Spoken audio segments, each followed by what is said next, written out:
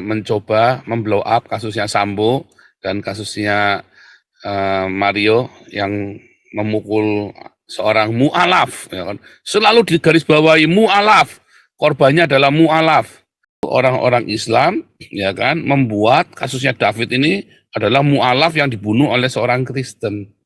Saya nggak tahu nanti gorengan apa lagi setelah itu, saudara ya. Padahal ini murni karena Davidnya masih seneng sama si Agnes, ya masih full pikirannya, biar mualaf masih full mengupload foto-foto mesranya, masih belum rela diputus sama Agnes karena Davidnya kurang kaya raya, Agnesnya dapat anak orang kaya, ya pasti namanya orang begitu pasti maunya sama orang kaya, lalu disebut sama bapaknya David ini cabe-cabean, kan kurang ajar saudara ya. Nah itu saudara ya, kadang-kadang anak-anak, ya mereka semua memang orang-orang brengsek, saudara. Nggak Davidnya, nggak Marionya, nggak Agnesnya. Nggak bapaknya si Davidnya, nggak bapaknya si Marionya, nggak bapaknya si Agnesnya. Mereka keluarga brengsek semua, saudara. Keluarga brengsek kumpul. Ya brengsek ketemu brengsek, ketemu kunyuk, saudara. Makanya hati-hati Anda pejabat-pejabat Kristen. Jaga kelakuanmu kunyuk. Jaga kelakuanmu, para kunyuk ini ya.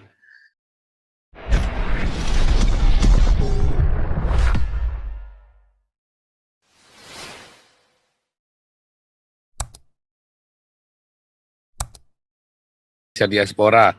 Hari ini kita koinonia, bukan gubrak-gubrak ya, saudara ya. Tadi adalah penginjilan ya, yang sudah saya kasih pengantar. Kita juga ada bicara ya. Pesannya saya selalu sama karena mereka adalah orang-orang agnostik. Maka pesan saya selalu apa saudara? Bahwa Allah adalah sang cinta. Mau apapun agamamu, kalau Allahmu bukan sang cinta, kalau agamamu suka bunuh-bunuhan, pokoknya Allahmu salah aja pokoknya. Itu iblis pokoknya ya. Intinya saya selalu bilang begitu saudara ya. Dan saya selalu mengajak orang-orang ya untuk terus memiliki cinta dan menerima cinta yang sejati. Standar cinta kita yaitu Yesus Kristus saudara. Sebab kalau Anda cerita sosok Allah yang jenggotan tua, nggak akan mereka nyambung saudara ya.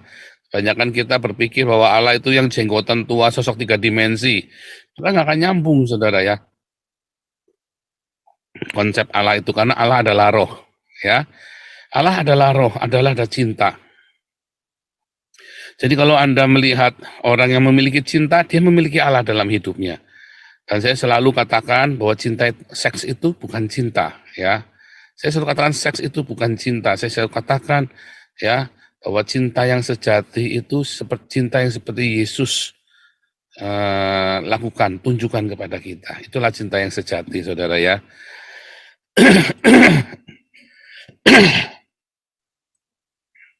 Haleluya. Oke. Ini Pak HW belum masuk ya. Kita lagi atur waktu bagaimana cara bisa ke tempatnya Pak HW nih besok. Ini Pak HW belum masuk nih ya. Pak HW-nya ya. Sebentar. Kita itu janji mau ketemu Pak HW dari kemarin nggak kesampaian terus ya saudara ya. Saya ketemu Pak HW itu baru sekali saudara ya. Ketemu Pak HW baru sekali. Ini saya emangnya besok ini Pak HW baru selesai sembuh operasi. Saya pengen bisa kunjungi ya, ketemu Pak HW ini saudara. Nah, ya kita kembali lagi ya saudara ya, tentang penginjilan. Sayang sekali ya saudara, di Indonesia gereja-gereja nggak memikirkan untuk memberitakan Injil, tapi mereka mengumpulkan massa di gereja, lalu berpesta, lalu pendeta-pendetanya hidup dari kolekte dengan hedonisme. Ya, hari ini tema kita adalah David, Mario, dan Agnes, korban hedonisme dan terorisme agama, saudara ya. Ketika heran ya saudara ya, orang-orang mereka mencoba memblow up kasusnya Sambo dan kasusnya Mario yang memukul seorang mu'alaf, ya kan? Selalu digarisbawahi mu'alaf, korbannya adalah mu'alaf. Selalu digarisbawahi gitu. Kalau di Belanda, kalau pelaku penusukan orang Maroko atau orang Islam nggak pernah korbannya pelaku adalah seorang imigran Arab atau seorang Maroko atau seorang Islam, nggak pernah dibilang begitu, saudara ya. Ketika mereka melakukan teroris itu ya, terorisme itu, maka tidak pernah dikatakan pelaku pemboman adalah seorang Islam, nggak pernah bilang begitu, saudara. Nggak pernah ada, dan itu tidak boleh. Dan itu tidak boleh, saudara ya. Karena akan akan gara-gara dia satu, kita menyebut dia Islam, maka akan mendiskreditkan seluruh orang Islam. Bahkan kalau ada 1.000 orang Islam, yang 900 itu bajingan, tetap nggak boleh, saudara. Kalau ada 1.000 orang Islam, yang 900 itu bajingan bangsat, itu nggak boleh koran media menyebutkan seperti itu. Menyebutkan bahwa saat ini ada satu pelakunya adalah seorang Islam. Nggak boleh, saudara. Mereka selalu mengatakan pelakunya adalah anggota dari organisasi ini, gitu ya. Tidak menyebutkan di pelakunya seorang Islam, nggak boleh. Atau korbannya adalah seorang Kristen, nggak boleh, saudara ya, nggak boleh. Nah, kalau di Indonesia ini hobi begitu ya. Untung korbannya yang dibunuh sama Sambo itu bukan Islam. Kalau Islam, apalagi mualaf, nah ini kayak David ini kan, karena korbannya mualaf. Lalu beberapa orang Islam menggorengnya seakan-akan David dibunuh gara-gara mualaf. Ini kan bangsat ini, saudara ya. David dibunuh gara-gara mualaf, nanti bisa jadi martir jihad, saudara. Padahal nggak ada hubungannya. Ya, si David ini dipukuli sama Mario karena si Mario ini, karena si David ini suka mengupload foto-foto mesranya David sama Agnes waktu masih pacaran. Pacaran, saudara, anak 15 tahun pacaran. Saya kadang-kadang kepikir, mereka lagi pacarannya berarti kan umur 14 tahun itu, kelas 2 SMP udah pacaran, udah pegang-pegang, udah raba-rabaan ya, saudara ya. Terus foto-foto mesranya, foto pacaran pakai duitnya orang tuanya, kadang-kadang ya ampun. Saya mah dulu juga pacaran ya, tapi saya bayar sendiri, nggak pakai duitnya orang tua, saudara ya. Saya udah kerja dari SMA ya, pakai duit sendiri ya, saudara ya. Kalau ini pacaran masih pakai duitnya orang tua. Bikin malu aja. Ya itu tadi ya, saudara ya. Nah, kemudian masalah ini dikaitkan dengan agama oleh orang-orang Islam ini ya, saudara, oleh para YouTuber Islam ini dikaitkan dengan agama. Nah, tetapi memang, saudara ya, adanya orang-orang seperti David, Mario, dan Agnes ini, ada kejadian begini, karena mereka adalah korban hedonisme dari gereja. Gereja tidak pernah mengajari umatnya, yuk kita hidup bersahaja sederhana seperti Tuhan Yesus. Gereja-gereja modern ini sudah tidak pernah mengajari lagi jemaatnya, tidak pernah dikhotbahkan lagi untuk yuk kita hidup sederhana seperti Tuhan Yesus. Ya. Bahkan pendetanya yang ngajarin hidup seperti Yesus, pendetanya saja pakai mobil mewah, saudara. Nah, repot. Walaupun pendeta itu seorang pengusaha, pokoknya repot karena orang akan meneladani itu, saudara ya. Makanya kita hari ini kasih tema David, Maria, dan Agnes korban hedonisme dan terorisme agama. Lalu orang-orang Islam ya kan membuat kasusnya David ini adalah mu'alaf yang dibunuh oleh seorang Kristen. Saya nggak tahu nanti gorengan apa lagi setelah itu, saudara ya. Padahal ini murni karena Davidnya masih seneng sama si Agnes, ya masih tanya biar mualaf masih mengupload foto-foto mesranya, masih belum rela diputus sama Agnes karena Davidnya kurang kaya raya, Agnesnya dapat anak orang kaya, ya pasti namanya orang begitu pasti maunya sama orang kaya, lalu disebut sama bapaknya David ini cabe-cabean, kan kurang ajar, saudara ya. Nah itu, saudara ya, kadang-kadang anak-anak, ya mereka semua memang orang-orang brengsek, saudara. Nggak Davidnya, nggak Marionya, nggak Agnesnya, nggak bapaknya si Marionya, nggak bapaknya si Agnesnya. Mereka keluarga brengsek semua, saudara. Nggak keluarga brengsek kumpul, ya ketemu kunyuk, saudara.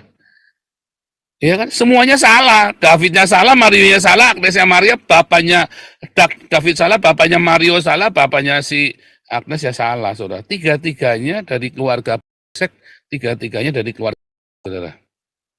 Ya kan? Kalau nggak brengsek nggak mungkin jadi mualaf, saudara. Percaya nggak?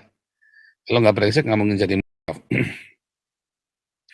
Dan ya keluarga gitu, ya keluarga yang pokoknya senang dengan power. Wah, lihat kerjaannya bapaknya si David ini kan apa, saudara? Maklar kasus kan? Maklar kasus, saudara, saya pernah jadi maklar kasus. Saya tahu seperti apa suasananya ya, saudara ya, dalam maklar kasus itu. Ini sama-sama keluarga yang pengen menang-menangan, pokoknya. Yang ingin, pokoknya saya kudu menang. Ya, sama ya kalau Anda telusuri keluarganya David, keluarganya Mario, keluarga sama. Maka orang brengsek ketemu orang brengsek, breng, saudara. Breng, ya tinggal siapa yang lebih sadis, begitu aja kan. Tinggal siapa yang lebih sadis. Kalau Mario ya pasti kalah, keluarganya Mario walaupun orang kaya pasti kalah. Satu, dia minoritas, ya kan, dan dia bisa jadi pejabat, berarti kan dia ada peran dan sangat sangat sangat apa sangat sangat ringkih, sangat rapuh, saudara ya. Posisinya bapaknya Mario sangat rapuh. Seorang pejabat negara, kalau dia seorang Kristen, itu sangat rapuh sekali dengan digoyang, saudara. Ada peristiwa apa, pasti kalah, saudara. Beda kalau dia Islam. Pejabat negara kalau Islam itu lebih kuat, saudara. Ya, susah digoyang, saudara ya. Kasus-kasus pejabat negara itu kalau Islam susah digoyang, karena ya itu sudah hukumnya mayoritas, ya kan. Kasus-kasusnya pejabat-pejabat negara, misalnya contohnya ya, ingat nggak itu Hatta Rajasa itu ya, anaknya nabrak, korbannya banyak ya, saudara ya. Hatta Rajasanya disuruh mundur nggak jadi menteri waktu itu? Enggak, saudara. Enggak, nggak punya SIM, anaknya nggak punya SIM nabrak, nggak diapa-apain, saudara. Ya kan? Ahmad Dhani, anaknya nabrak, nggak punya SIM, nggak diapa-apain, saudara. Ya kan? Begitu nih kasus yang ini, apalagi korbannya mualaf, dibikin gede, sudah dibikin ribut. Coba kasusnya Hatta Rajasa sama Ahmad Dhani, ya nggak dibuat bulan-bulanan seperti ini, ya kan? Makanya hati-hati Anda pejabat-pejabat Kristen, jaga kelakuanmu kunyuk, jaga kelakuanmu, para kunyuk ini ya. Kamu naik kan, tapi jangan sampai kamu bikin malu kita semua. Yang malu bukan Tuhan Yesus, yang malu kita. Ketika kelakuan kamu itu kayak kunyuk, yang malu itu kita. Ya, tapi inilah korban terorisme, hedonisme dan terorisme agama. Ya kan, yang satunya nggak diajarin sama pendetanya, sama gerejanya untuk hidup sederhana. Ya, yang satunya dipakai, di blow up seakan-akan ini mualaf yang dianiaya sama orang Kristen. Ya kan, makanya saya bilang ya, ini suara kenabian bagi kalian pejabat-pejabat Kristen. Kunyuk, ya mau dari Luhut, siapa lagi ya, semua pejabat-pejabat Kristen, Anda bisa naik, ya kan. Jaga kelakuanmu supaya kamu jangan bikin susah kita yang lain. Ya, justru ulah-ulah orang kaya-kayamu inilah kita jadi didiskriminasi karena kamu tidak bisa menjaga kelakuanmu untuk hidup benar. Nah, masalahnya pendeta-pendetanya juga memberi contoh yang nggak benar, saudara. Pendeta-pendetanya memberikan contoh yang tidak baik dengan hidup mewah, ya seperti Gilbert dan kroni-kroninya. Repot, saudara ya, bagaimana kita mau ngajari jemaat untuk seperti Kristus, lalu pendetanya gaya hidupnya aja kayak selebritis, bahkan ada pendeta yang ngaku selebritis terang-terangan, itu si Sarah Ayu itu kan, ngaku-ngaku selebritis terang-terangan, ya kan. Ini kunyuk semua nih, pendeta-pendeta kunyuk semua kan, yang ngaku-ngaku selebritis ini kan. Waktu sampai kita langsung tak tegur itu ya, si Sarah Ayu ya waktu itu ya, kita ini bukan selebritis, kita ini hamba Tuhan. Suami itu hamba, sama seperti saya hamba. Bukan selebritis, ngawur kamu nih. Pendeta kok selebritis, compong ini ya. Nah itu karena mentalnya itu ya, mental pendeta-pendeta selebritis. Akhirnya masalah keluarga pun diumbar-umbar kemana-mana ya. Karena mereka merasa dirinya adalah selebritis yang butuh sorotan terus, saudara ya. Kan goblok ini pendeta-pendeta ini kan.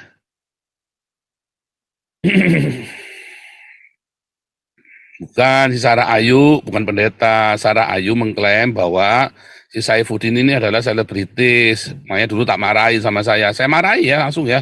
Saya tegur itu langsung. Oh, Saifuddin bukan selebritis. Saya kira dulu Saifuddin adalah pendeta. So. Ternyata Saifuddin itu bukan pendeta ya. Bukan pendeta. Bukan pendeta ya, saudara ya. Jadi orang-orang Islam tolong jangan terus bawa-bawa ini Saifuddin pendeta. Oh, bukan, saudara ya. Ya, kalau dia pendeta, pasti akan saya lebih hantam lagi ya, saudara ya. Oh iya, saudara, karena kalau sudah jadi pendeta, lalu Anda bikin Anda sedang membuat malu seluruh umat Kristen yang di Indonesia. Bukan bukan Tuhan Yesus nggak ada urusannya, Saudara ya.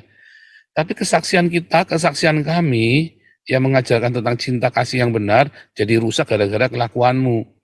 Kita tidak menghakimi orang bercerai itu, gini Saudara ya, saya tidak menghakimi orang yang bercerai, pendeta yang ditinggal istrinya, saya tidak akan menghakimi Saudara. Saya pun pernah nyaris bercerai, tapi Tuhan pulihkan kami Saudara. Pernikahan itu sebuah mujizat Saudara ya. Tetapi jangan pernikahanmu diumbar-umbar, rusaknya keluarga kamu diumbar kemana-mana. Itu namanya geblek Saudara ya. Apalagi kamu ngaku-ngaku pendeta. Itu loh masalahnya. Itu yang saya tidak suka ya dari si Sarah Ayu dan Saifuddin ini. Wah itu saya mah nggak kompromi kalau yang begitu Saudara ya.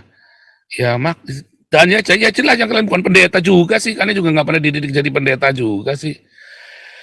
Kalian sendiri nggak pernah dididik jadi pendeta, ya.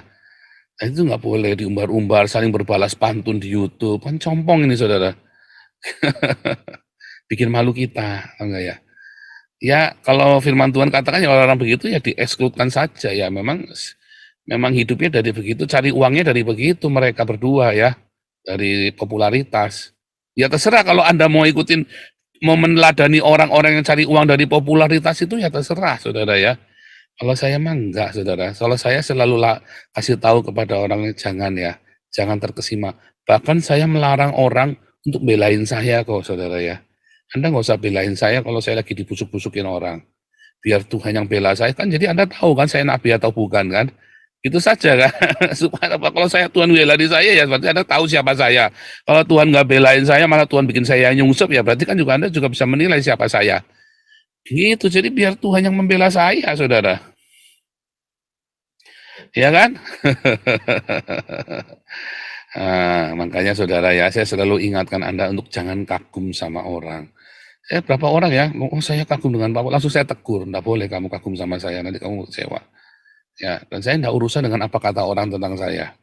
Karena tugas saya hanya memberitakan, tugas saya hanya memberitahu kebenaran, memberitakan saya enggak urusan apa kata orang tentang saya. Tetapi ya, dalam hal Saifuddin dengan Sarah ini, itu memang saya sangat komplain berat ya saudara ya. Dan ya memang ya sudah terbuka, mereka juga bukan hamba Tuhan ternyata. Ya kan, bukan pendeta, bukan hamba Tuhan. Ya mereka memang adalah selebritis. Mereka adalah selebritis YouTube, ya selebritis media sosial yang mencari dana, mencari uang dengan mencari sensasi seperti itu. Ya kalau Anda mau masih ikutin orang-orang seperti itu jadi teladanmu, betapa tololnya ya nggak heran kalian orang Indonesia tolol semua. Yang udah kagum dengan begituan ya kan. Ya nggak heran saya, ya memang orang Indonesia memang begitu. Ya kan mudah kagum, mudah sangat terkesima lalu duitnya diporotin masuk ke sana semua, tiap tahun hilang terus donasinya, bikin proyek ini proyek itu, pokoknya habis semua duitnya nggak tahu kemana, sembus pokoknya. Teladanilah saya seperti saya meneladani Kristus. Lihat, kita bikin proyek, proyeknya jadi, saudara. Kita kumpulkan duit, jelas semua. Ya, kita sudah berjalan 2 tahun. Proyek kita ada, jelas, mantap, berjalan dengan pasti. Karena saya tidak pegang uang serupiah pun, ada pengurus yang mengelolanya. Pengurus ini orang-orang yang terpercaya, walaupun kami tidak pernah ketemu, saudara. Ya sekarang kita sudah ketemu ya tetap harus dong, kita juga nggak boleh nggak ketemu ya. Ketemu ya dengan Pak Stefan nanti, Bu Mantu, Ibu Lianti, sama Bu Oda ya, pengurus semua itu akan nginep di rumah saya sebulan, saudara ya. Rencananya Maret atau April ini akan nginep di rumah saya sebulan, saudara ya. Ya luar biasa ya, Tuhan baik, Tuhan baik ya. Nanti makanya saya pengen bisa ketemu Pak HW nih sebenarnya. Bagi atur waktu, semoga minggu ini bisa berangkat ke sana ya.